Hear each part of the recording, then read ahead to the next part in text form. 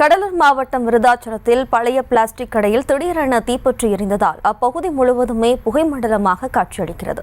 இதுகுறித்தான கூடுதல் விவரங்களோடு நமது செய்தியாளர் பிரபு இணைகிறார். வணக்கம் பிரபு, விபத்து தொடர்பான விவரம்.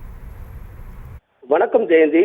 கடலூர் மாவட்டம் விருதாச்சலம் நகராட்சிக்கு உட்பட்ட ஆலடி ரோடு பகுதியில் விமல் என்பவரின் பாத்திமா பழைய இரும்பு கடையில் வைக்கப்பட்டிருந்த பிளாஸ்டிக் பொருட்கள் திடீரென இன்று தீப்பற்றி எரிந்து புகை மண்டலமாக காட்சியளித்த நிலையில் தீயணைப்பு துறையினருக்கு தகவல் அளித்துள்ளனர். இந்த நிலையில் அங்கு வந்த விருதாச்சலம் மற்றும் மங்களம்பேட்டை தீயணைப்பு துறையினர் கொழுந்துவிட்டு எரியும் தீயை அணைக்கும் முயற்சியில் கடந்த 2 மணி நேரத்திற்கும் மேலாக நீரை பீச்சி அடித்து தீயை அணைக்க போராடி வருகின்றனர்.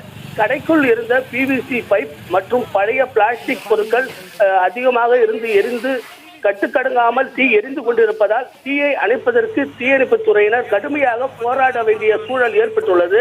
இந்த தீ விபத்தால் அப்பகுதியில் விண்ணை முட்டும் அளவிற்கு கரும்புகையானது புகை மண்டலமாக காட்சியளிப்பதால் வாகன ஓட்டிகள் மற்றும் பொதுமக்கள் அப்பகுதியில் வசிக்கும் குடியிருப்பு வாசிகள் அச்சமடைந்துள்ளனர். ஜெயந்தி, செய்திகளை உடனுக்குடனும் துல்லியமாகவும் தெரிந்து கொள்ள சப்ஸ்கிரைப் பண்ணுங்க.